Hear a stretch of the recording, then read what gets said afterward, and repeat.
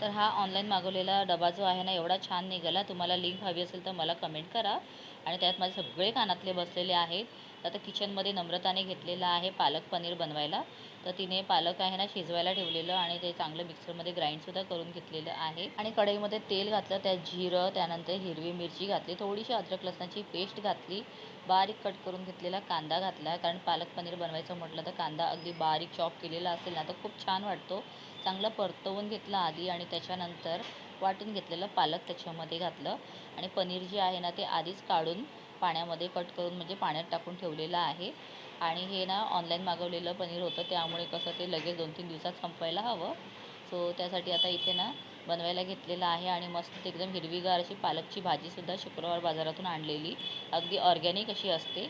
तर आता इथे पाहताय मस्त साईडला तेल सुटेपर्यंत शिजवून घेतलं आणि त्यानंतर त्यात थोडं पाणी, मसाले घातले आणि मस्त पनीर घातलं. सो मस्त अप्रतिम अशी भाजी झालेली आहे. तर नम्रताने थोडी टेस्ट केली, नेहमी मला देते पण आज तिला म्हटलं की तूच कर. तर खूप मस्त आणि छान आणि लेकीच्या हातचं झालेलं गरमागरम जेवायला कोणाला मजा येणार नाही. तर चला, आजचा अशा प्रकारचा माझा मस्त मेनू झालेला आहे. भेटूया पुढच्या ब्लॉगमध्ये. Till then bye bye.